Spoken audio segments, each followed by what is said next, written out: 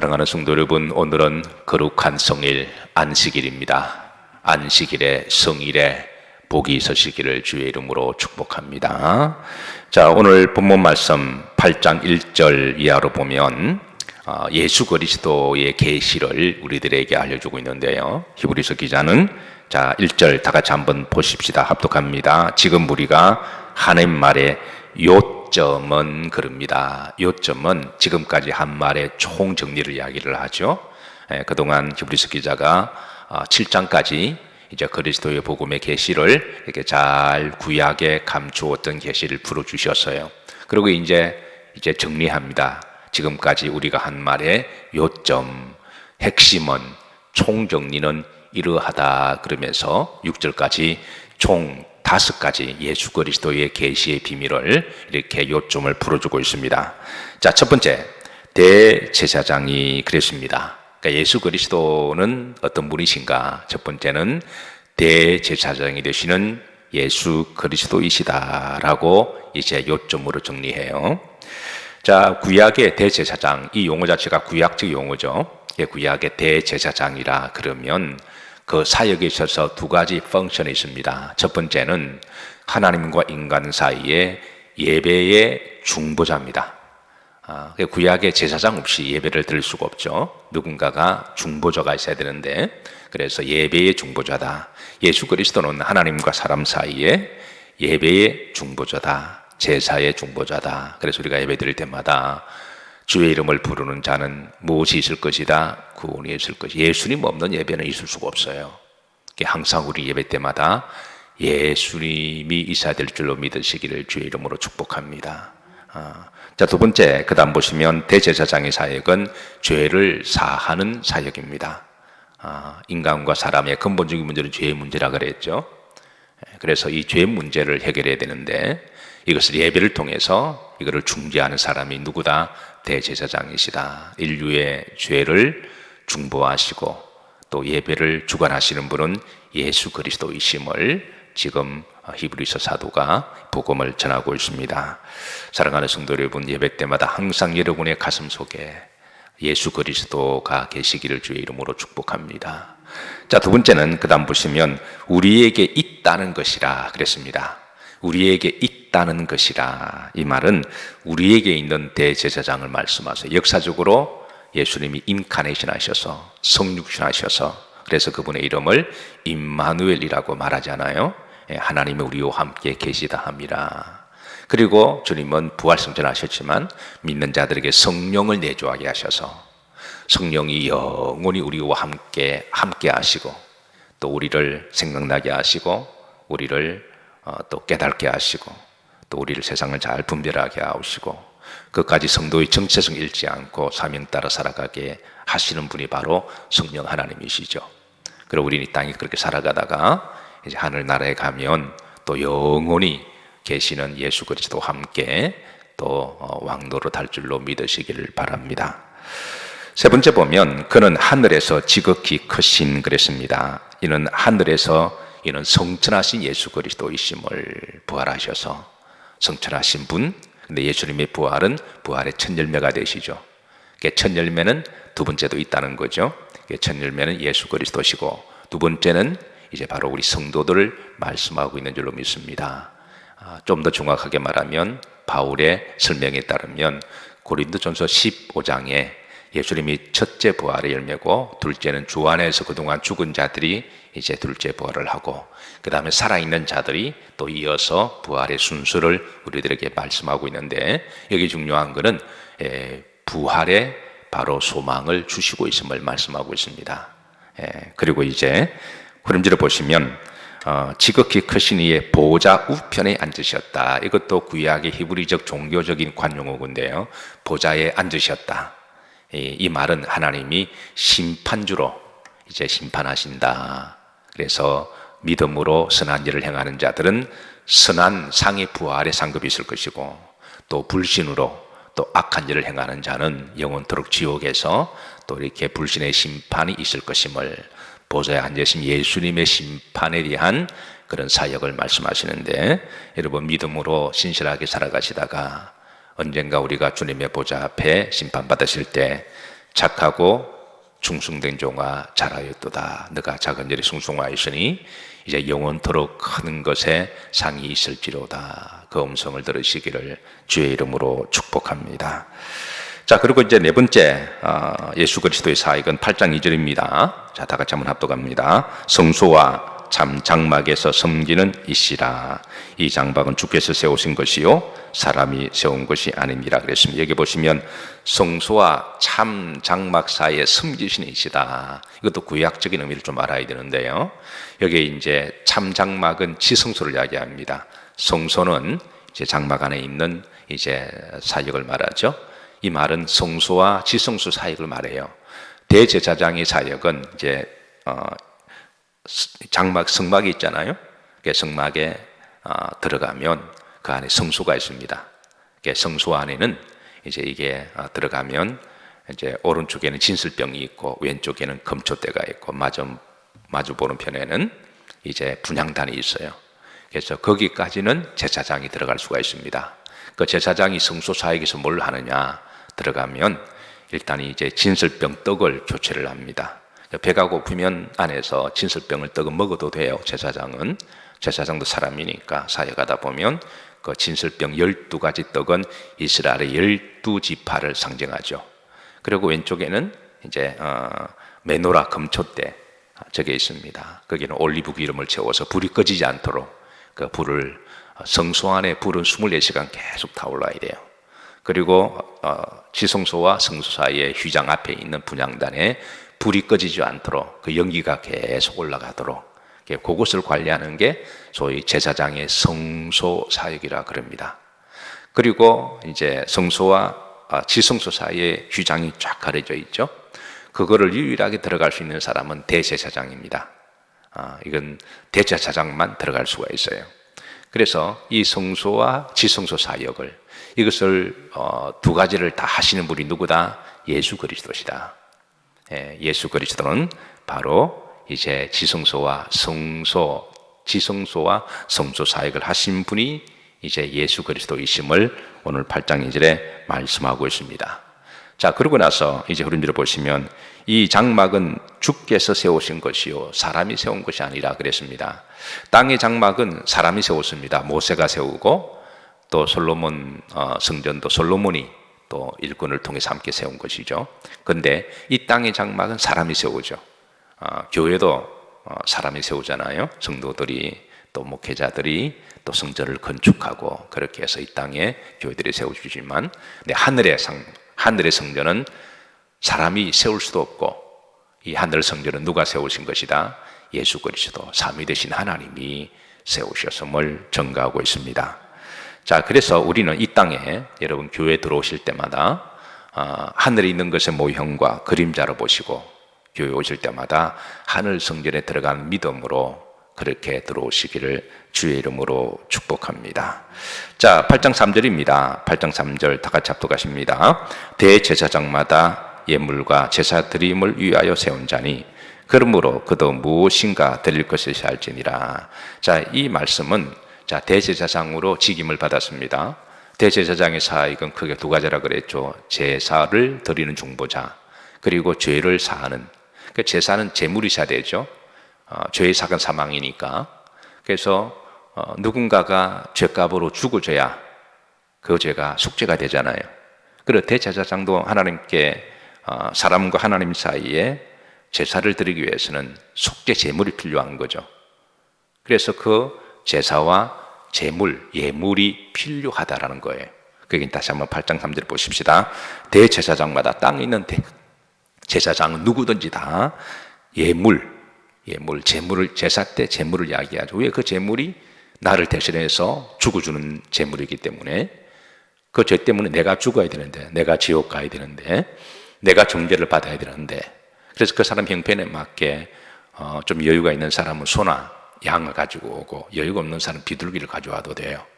그건 제물이 크기나 비싼 게 중요한 게 아니라 그거는 하나님과 언약이죠. 왜냐하면 제물이 없는 제사는 있을 수가 없습니다. 구약에는. 그래서 대제사장도 이제 본인의 죄를 대속하기 위해서는 하나님 앞에 제물을 가져와야 되죠. 대제사장도 예배의 중보자지만 대제사장도 사람이잖아요.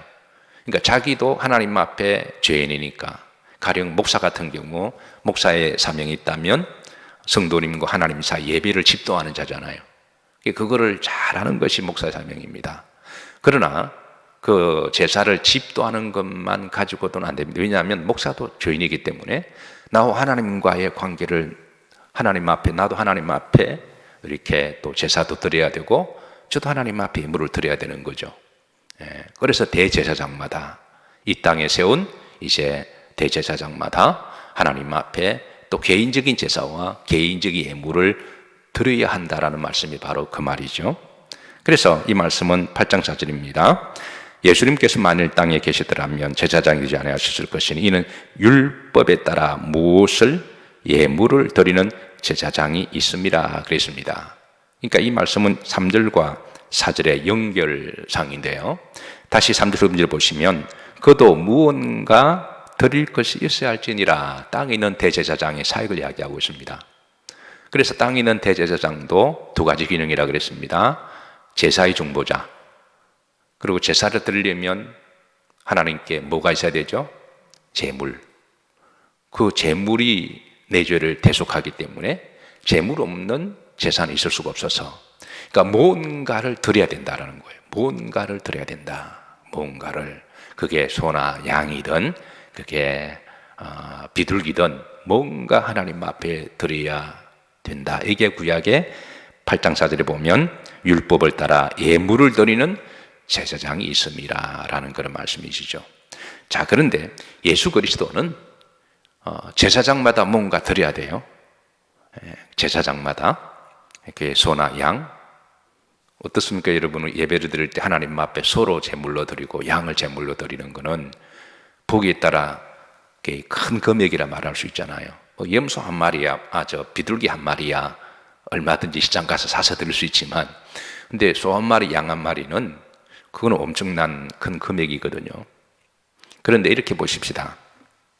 그 제물이 내가 지옥 가는데 내 죄를 위해서 대신 죽는 제물이라 생각하면 다소 부담이 되지만, 그것은 사실은 내 생명 값이기 때문에 그렇게 크게 그게 큰 대가라고 말할 수는 없습니다. 그런데 예수님은 자기 자신을 제물로 드린 거예요. 그 사람은 소나 양 사서 드리면 되는데 좀 비싸긴 하지만 부담이 되지만, 그렇다고 우리 자신을 제물로 죽을 수는 없잖아요. 근데 예수님은 대제사장으로서 본인이 제물로 드렸다라는 거예요. 그러니까 이 얼마나 놀라운 그런 제물이 되시나요? 그러니까 차원이 다른 거죠. 우리 여기에서 율법에서 자유함이 있습니다. 그러나 이 율법에 대한 우리가 이 은혜도 우리가 결코 가볍게 여기서는 안 되는데요. 여러분 오해하지 마시고 들으세요. 목회를 하다 보면 예배 때마다 하나님 앞에 드릴 사실은 제물은 있어야 됩니다. 지금 우리가 신약에 예수님이 제물이 되셔서 우리가 이런 부분은 좀 자유하고 예수님을 믿기도 해요. 그러나 이 부분에 대해서 우리가 너무 좀 가볍게 생각해서는 안 된다라는 거예요. 우리가 하나님 앞에 다 예배 드리잖아요.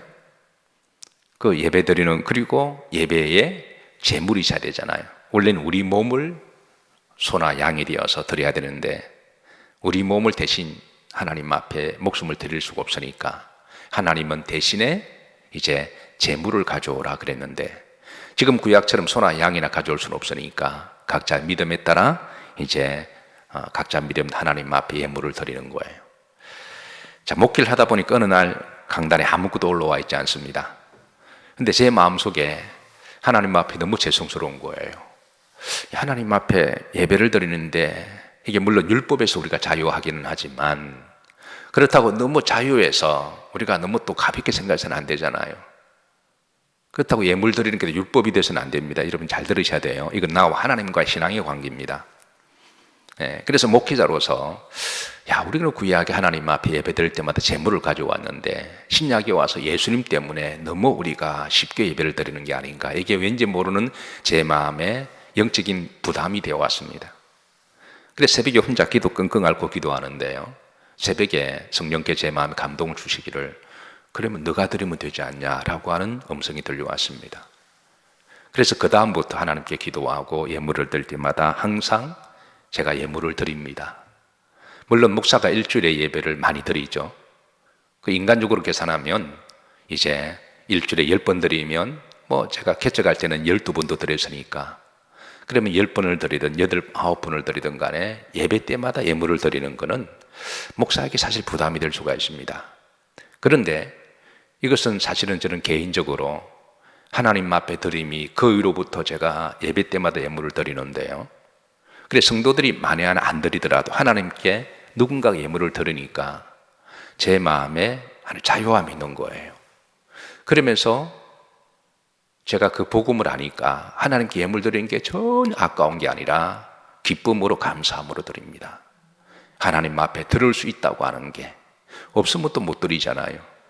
그래서 하나님 앞에 들을 수 있다고 하는 게, 서로 성도님들 중에 아무도 예물을 드리지 않아도 그래도 목사가 하나님 앞에 예배 때마다 올려드리니까 제사 때에 예물이 없는 제사는 있을 수가 없잖아요. 물론 영적으로 예수님이 항상 예물이 되십니다. 그렇다고 우리가 너무 또 쉽게 예배를 드려서는 안 되잖아요. 그래서 하나님 앞에 저 하나님과의 그런 믿음입니다. 제가 여러분들에게서도 강요하는 건 아니에요. 어떤 분은 실제로 예배 때마다 항상 예물을 드리는 분이 계십니다. 그래서 제가 일전에 한번 물어봤습니다. 생활도 넉넉지 않은데 그 일천 번제는 뭐 늘 드리는 거니까 일천 문제가 아니라 그분은 일천 문제가 있든 없든 간에 항상 예물이 믿음 형편에 따라 그게 많든 적든 간에 올려드리는데, 그래서 이분이 이 비밀을 알고 드리는가 싶어서 저는 목사니까 아니까, 목사니까 교회를 대표해서 또 하나님과 나와의 관계에 있어서 제가 그렇게 기쁨으로 이렇게 올려드리는데요, 저분은 평신도로서 참 대단하다. 내가 만약 평신도 같으면 예배 때마다 예물을 드릴까? 그건 장담 못하는 거거든요. 그런데 돈이 많아서도 아니요, 그건 뭐 또 비밀을 알고 계시는 것 같아서 제가 그분께 살짝 여쭤보니까 그분이 빙긋이 웃으시고 대답은 안 하시더라고요. 아마 알고 계시지 않을까. 하나님과 나와의 관계에 있어서 재물 없는 예배는 성립이 안 되니까. 물론 우리가 예수 그리스도가 나의 영원한 재물이 되셔서 여기에 자유하시면 돼요. 그러나 그게 너무나 자유한다고 우리가 너무 또 우습게 생각해서는 안 되는 거잖아요. 그래서 그게 구원의 조건이 되는 것은 아니지만 나와 하나님과의 관계에 있어서 하나님이요, 나의 죄 사하는 예물을 제가 예배 때마다 가져왔고 이 금액이 많든 적든 간에 나에 대한 정성을 하나님 받아주셔서 이 예배가 재물이 있는 예배되게 하옵시고, 그리고 성도가 그렇게 하면 하나님이 하늘에 다 쌓아두시잖아요. 하늘에 다 쌓아두셔서 그래서 내 믿음대로 될지어다 하시고 축복하실 줄로 저는 믿습니다. 저는 목사로서. 그러나 제가 여러분들에게 강요하는 것은 아닙니다. 그러나 귀 있는 자는 들으시기를 주의 이름으로 축복합니다. 저는 후배 목사님들 만나면 이거는 제가 계속 강조를 해요.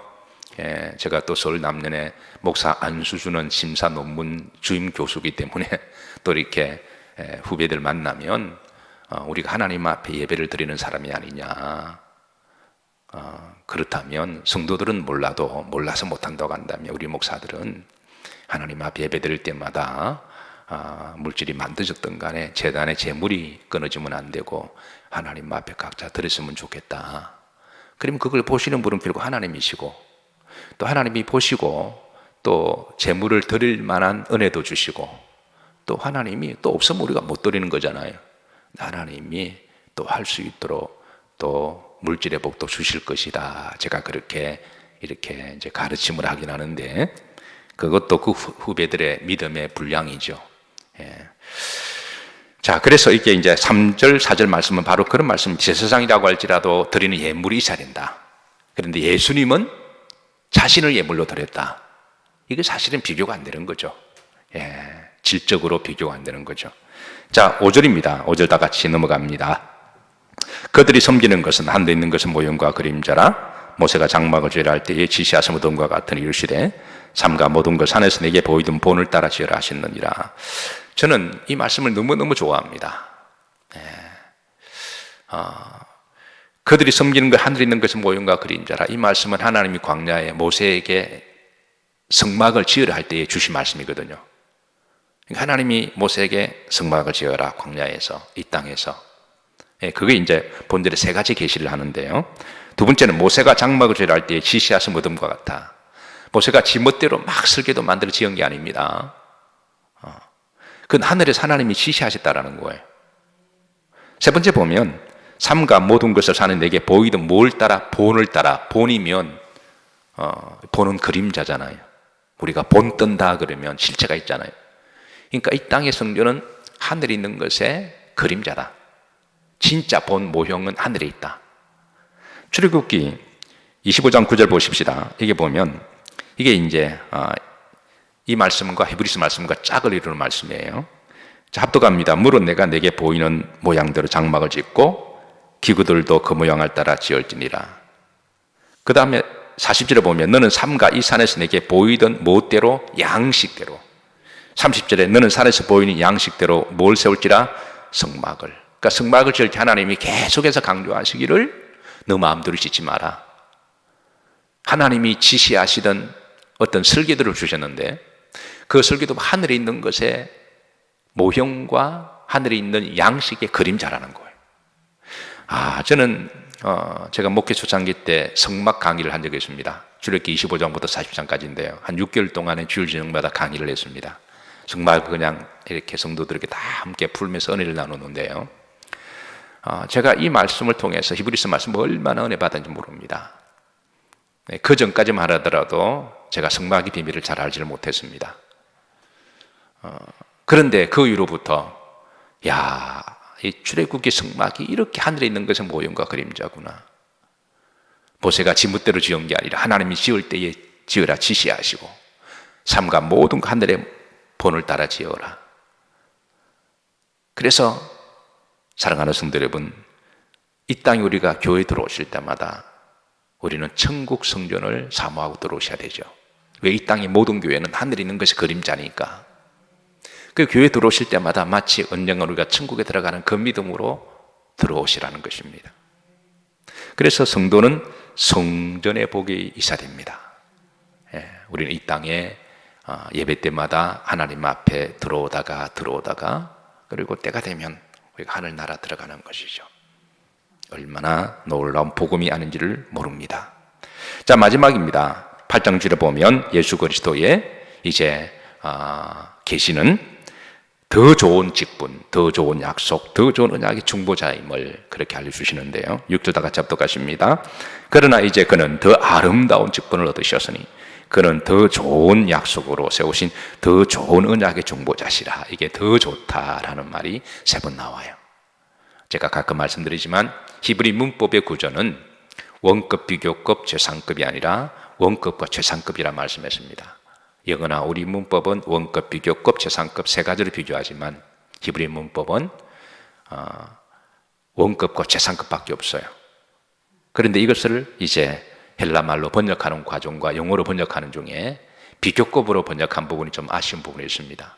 이 말을 잘못 해석하면요, 그는 더 아름다운 직분. 그러면 더 아름다운 직분보다 좋은 직분, 더 아름다운 직분, 더 최상의 직분이 있다는 말이잖아요. 문법적으로 이게 풀면 이런 의미가 아닙니다. 그럼 예수님은 더 최상급보다 못한 분이냐? 그거 아니라는 거예요. 예수님은 최상급 언약보다 중간의 언약이냐? 그거 아닙니다. 이게 비교급은 히브리 문법은 원급 다음에 그 다음 종류는 최상급입니다.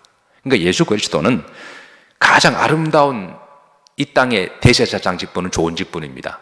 그런데 이 땅의 대제사장 직분보다도 비교할 수 없는 최상급의 대제사장 직분은 예수 그리스도시다. 더 좋은 약속. 자, 구약의 언약도 좋은 약속입니다. 그런데 신약은 그 다음으로 좋은 거냐? 아니라는 거예요. 예수 그리스도의 약속은 최상급의 약속이라는 거예요. 불변치 않고 바꿀 수 없는. 그 다음에 더 좋은 언약의 중보자시다. 그럼 그 다음에 더 좋은 최상급의 중보자이냐? 그거 아니라는 거예요. 예수님은 최상급의 중보자라는 거예요. 그냥 그걸로 끝났다라는 거죠. 예, 그래서 이 부분은 문법적으로 이제 보면 오해하기 딱 좋은 말씀인데 그런 말은 아닙니다. 예수님은 최고의 마지막에 대제사장 되시고 최상으로 좋은 약속이 되시고 그리고 최상으로 이제 언약의 중보자가 되시는 분이 예수 그리스도시다. 예, 오늘은 거룩한 성일입니다. 거룩한 안식일, 이 성일의 복이 우리 믿는 사람들 가운데 가득히 마셔서 오늘 대제사장 되신 예수님의 이름으로 제사를 잘 들으시고 나를 위해 제물이 되신 예수 그리스도의 십자가의 구속의 은총을 생각하시며 특별히 사순절을 지나는 여정 가운데 더욱더 예배의 영성과 주일의 축복이 여러분 한평생 여정 가운데 함께 하시기를 주의 이름으로 축복합니다.